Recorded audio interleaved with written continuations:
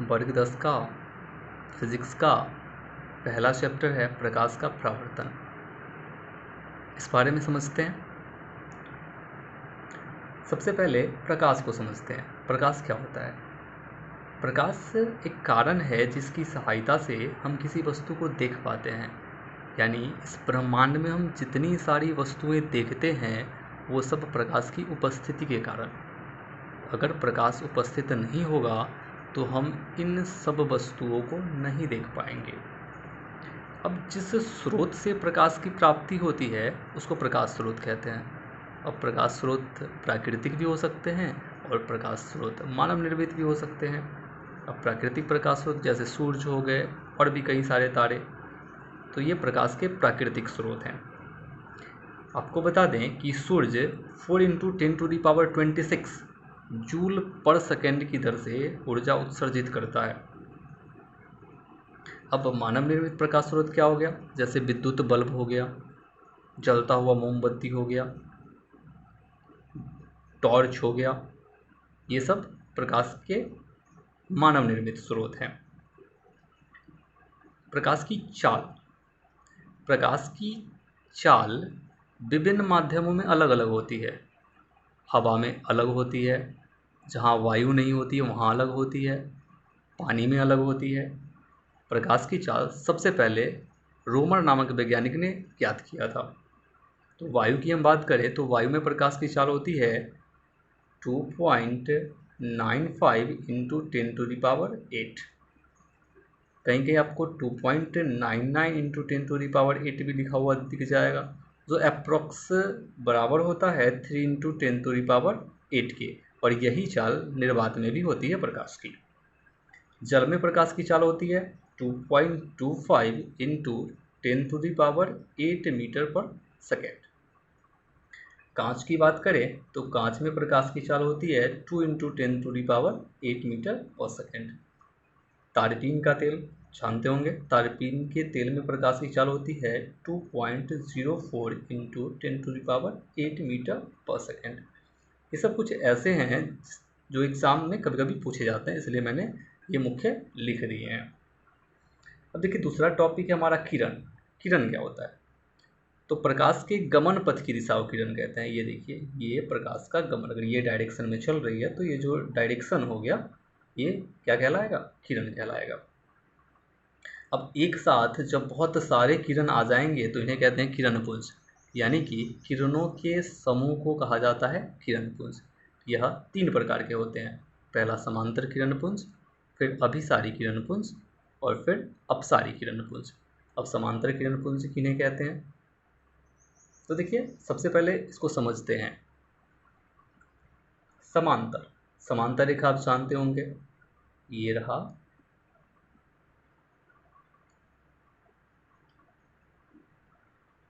उसको मेरी कदर न मुझे उसकी कदर, फिर मैंने सोच लिया इस कदर, 2 parallel line never intersect each other. यानी कि 2 समांतर रेखा जो होती है वो एक दूसरे को कभी आपस में प्रतिच्छेद नहीं करती है, नहीं काटती है।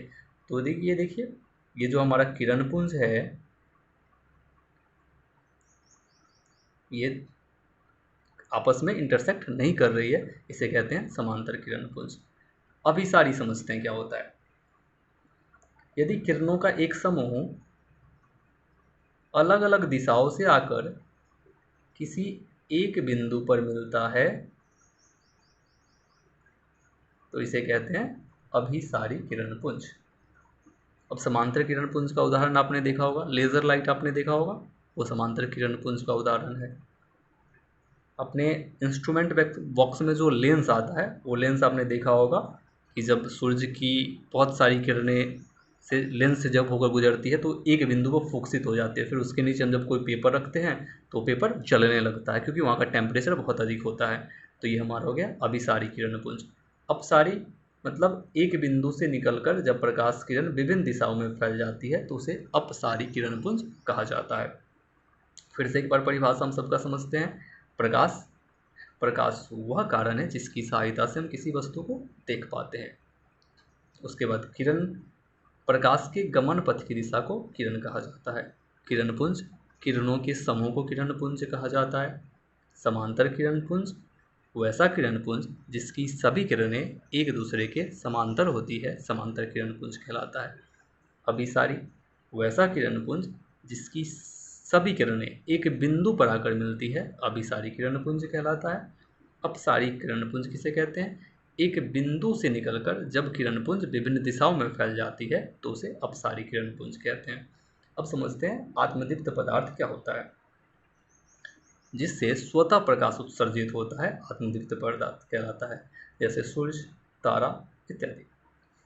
अदीप्त पदार्थ क्या होता है? तो जिससे प्रकाश उत्सर्जित नहीं करता है लेकिन प्रकाश की उपस्थिति में दिखाई अवश्य पड़ता है, अदीप्त पदार्थ कहलाता है। जैसे टेबल हो गया, कुर्सी हो गया, दीवार हो गया और भी कई एग्जाम्पल्स हैं। तो अदीप्त पदार्थ। अब छाया समझते हैं क्या होता है। जब प्रकाश के गमन पथ की दिशा में कोई अपारदर्शी वस्तु रख दी जाती है तो होता क्या है कि प्रकाश उस अपारदर्शी वस्तु को पार नहीं कर पाता, जिस कारण उसके पास एक अंधेरा क्षेत्र बन जाता है जिसे छाया कहा जाता है। फिर से सुनिए परिभाषा। प्रकाश के गमन पथ की दिशा में जब कोई अपारदर्शी वस्तु रख दी जाती है तो प्रकाश के उस वस्तु को पार नहीं कर पाता, जिस कारण वहाँ अंधेरा क्षेत्र बन जाता है जिसे छाया कहा जाता है। अब समझिए प्रकाश का परावर्तन क्या होता है। देखिए हमने यहाँ लिखा है प्रकाश का परावर्तन का परिभाषा। प्रकाश का किसी सतह से टकरा कर वापस लौटने की घटना प्रकाश का परावर्तन कहलाता है। जैसे देखिए हमने एक प्लेन मिरर लिया है, एक समतल दर्पण। इस समतल दर्पण में एक प्रकाश किरण आती है जिसका नाम है OA और प्रकाश किरण टकरा के वापस लौट जाती है जिसका नाम है OB। हमने इस पॉइंट पे एक नॉर्मल डाला है जिसका नाम है ON।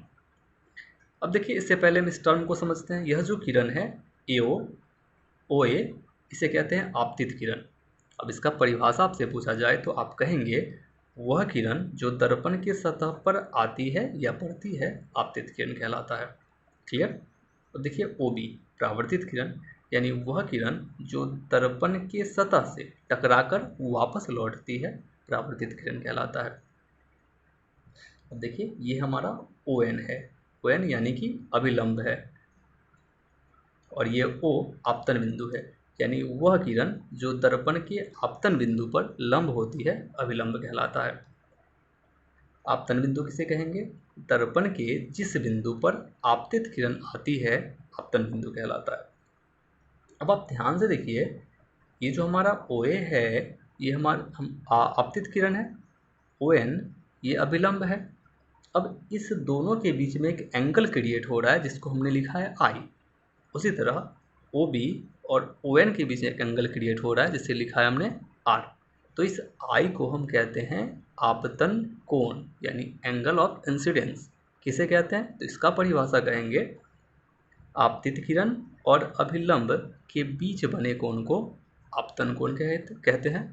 उसी प्रकार परावर्तित किरण और अभिलंब के बीच बने कोण को परावर्तन कोण कहा जाता है। अब प्रकाश के परावर्तन के नियम भी हैं। तो प्रकाश के परावर्तन के दो नियम हैं। प्रकाश के परावर्तन का पहला नियम कहता है कि आपतित किरण, परावर्तित किरण तथा दर्पण के आपतन बिंदु पर डाला गया लंब, यह तीनों एक ही समतल में होता है, यानी एक ही प्लेन में होगा। दूसरा नियम कहता है आपतन